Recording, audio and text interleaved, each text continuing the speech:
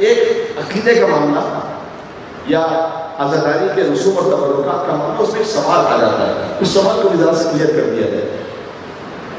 کسی بھی قسم کے سینسیٹیو موضوعات ہوتے ہیں کچھ، لیکن میں چاہتا ہوں کہ اچھے طریقے سے آئیں، کیونکہ قوم کبھی کبھی ڈیوائڈ ہو جاتی ہے۔ حضرت قاسم کے تبرکات برآمد ہوں گے ابھی، تو بعض احباب یہ سوال کرتے ہیں، واٹس ایپ پر میسیجز بھی چلتے ہیں کہ حضرت قاسم علیہ السلام ان کا تو ازدواج اور شادی وہ تو کربلا میں ثابت نہیں، تو آپ مہندی کیسے کر رہے ہیں مثلا، اور یہ مہندی کیوں کی جاتی ہے؟ اب اس پر طرفین کے دلائل اپنے مقام پر ہیں۔ مثلا فخر الدین ترہی نے لکھا ہے کہ یہ ازدواج ہوا تھا، مثال کے طور پر بحر الانصاف کے مؤلف نے لکھا ہے کہ ہوا تھا، کئی اور علماء نے لکھا کہ نہیں ہوا تھا۔ علامہ مجلسی نے بحر الانوار میں لکھا کہ مثال طور پر یہ ثابت نہیں ہے میرے لیے، استاد شیخ بخاری نے کہا ثابت نہیں ہے۔ وہ ایک علمی بحث اپنے مقام پر ہے، اور خود ذاتی طور پر میں بھی سمجھتا ہوں کہ جو باقاعدہ ازدواج والی روایت ہے وہ ضعیف ہے، اس کے باوجود بھی کیا یہ تبرکات آ سکتے ہیں یا نہیں؟ بالکل آ سکتے ہیں۔ مولانا صاحب پھر کیسے آ سکتے ہیں؟ سب سے پہلی بات تو یہ کہ یہ ذہن سے نکال دیجیے، یہ بڑی توہین کی بات ہوتی ہے کہ جب یہ کہا جائے کہ مثلا یہ مہندی جو نکالی جا رہی ہے یہ تو ہندوؤں کی رسم ہے، وہاں سے ہم نے لیا ہوا، یہ کیا بات کر رہے ہیں؟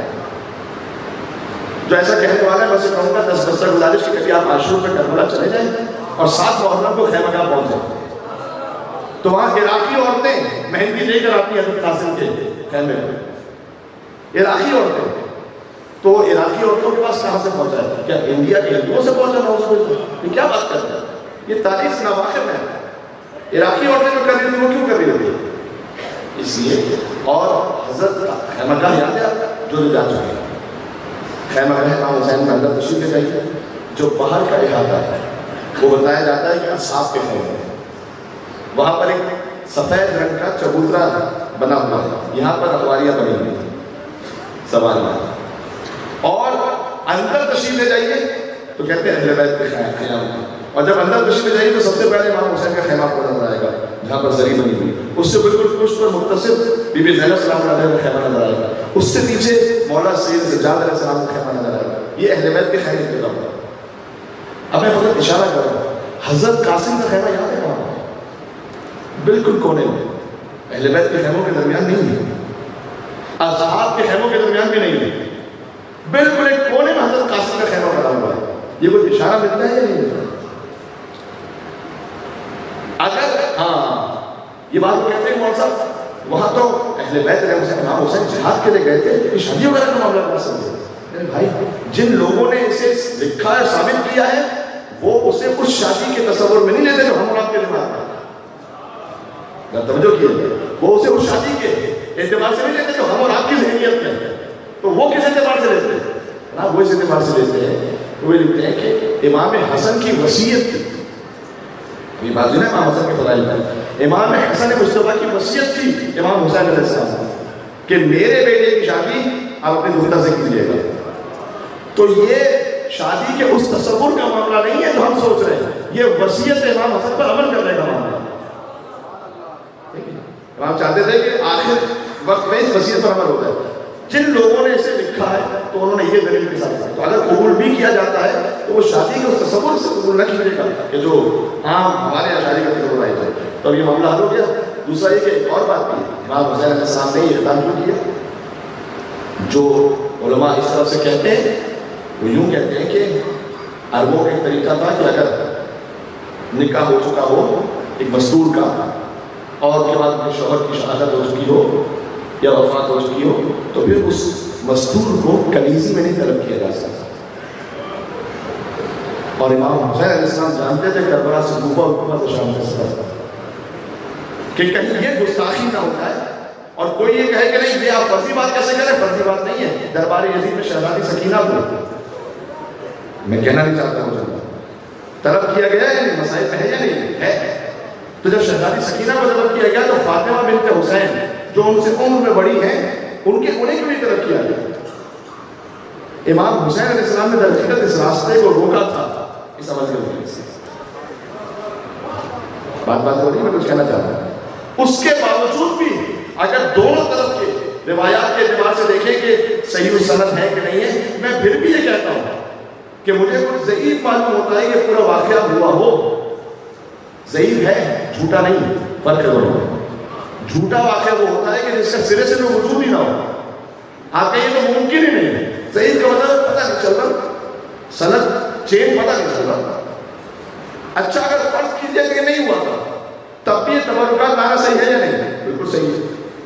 کیوں صحیح ہے مولانا صاحب؟ یہ کیوں صحیح ہے؟ ابھی دلیل دے دیتے. کربلا میں جو مجلس ہے ہمارا، کربلا اس مجلس امام حسین میں جو کچھ کربلا میں ہوا تھا فقط اس کی یاد نہیں بنائی جاتی. کربلا میں جو نہیں ہوا تھا ان حسرتوں کی یاد بنائی جاتی ہے. جملہ بہت گیا. اچھا میں مثال دیتا ہوں. امام حسین علیہ السلام کربلا میں پیاسے تھے یا پانی تھا ان کے پاس؟ پیاسے تھے. تو پھر آپ سبھی لگا کر سب کو پانی کیوں پلا رہے؟ نہیں بات پہنچ گئی نہیں پہنچی. ایک مل کے صلوات بھیجے محمد والے محمد پر.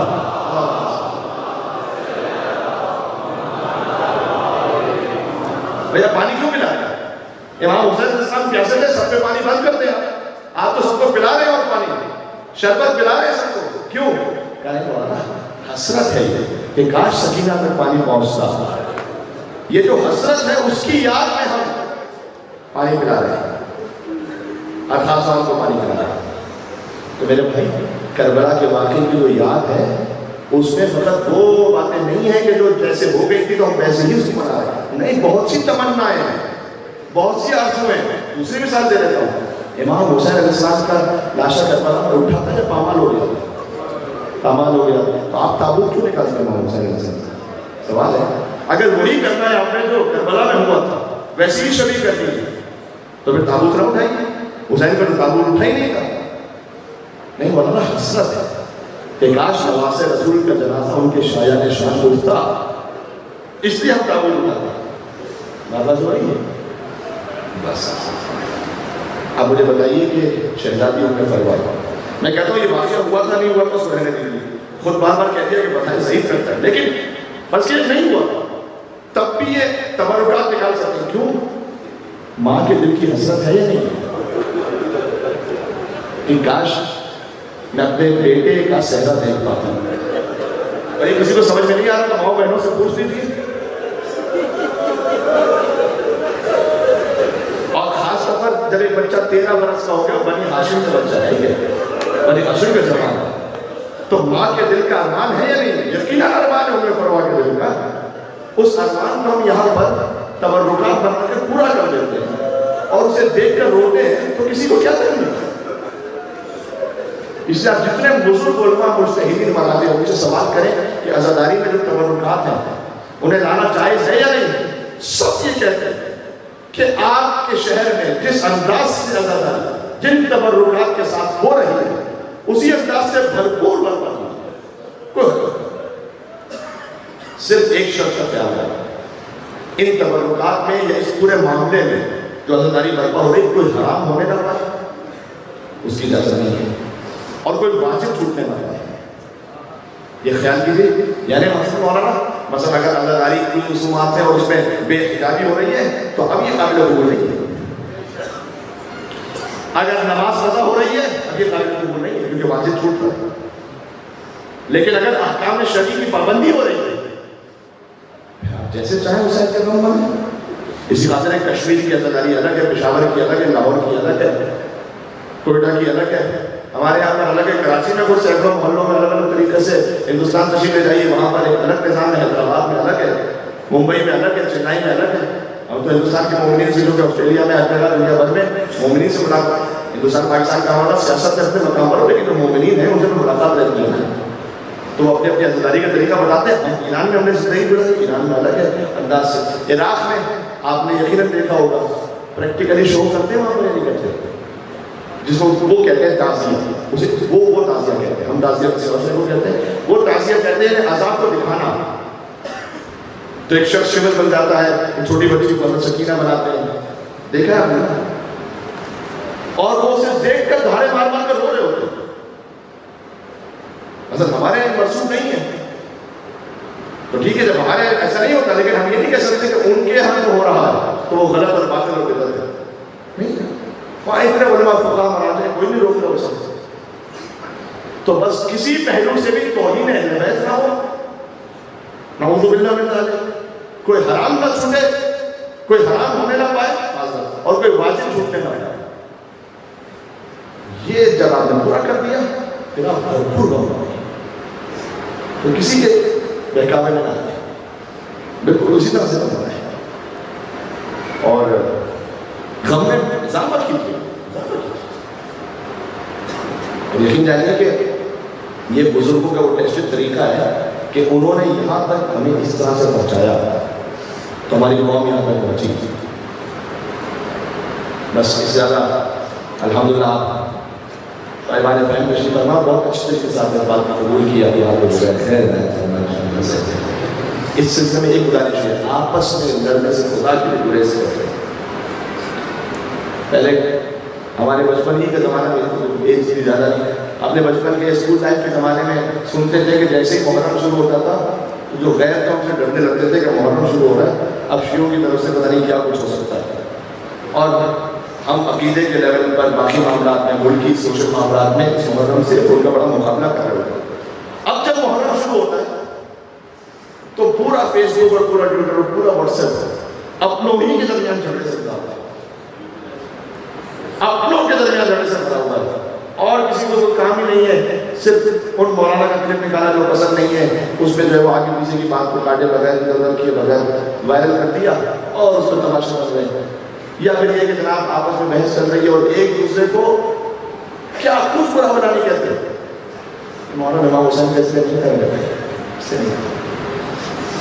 آپ کا جو عقیدہ ہے، جو بات ہے، وہ اپنے مقام پر ٹھیک ہے، آپ اس کا مسلم ہے، لیکن کسی اور کی توہین کا کسی کو نہیں ہے، توہین نہ کی، وہ بھی عزادار ہے۔ ہر ایک اپنی اپنی سوچ کے مطابق عزاداری کر رہا ہے، آپ کو ایک طریقہ صحیح نہیں لگ رہا، ٹھیک ہے، آپ اس سے بیک آف ہو جائیں ادب احترام کے ساتھ، لیکن جو وہ کر رہا ہے اس کی توہین نہ کریں۔ یہ تھوڑی سی گزارش ہوئی، الحمدللہ۔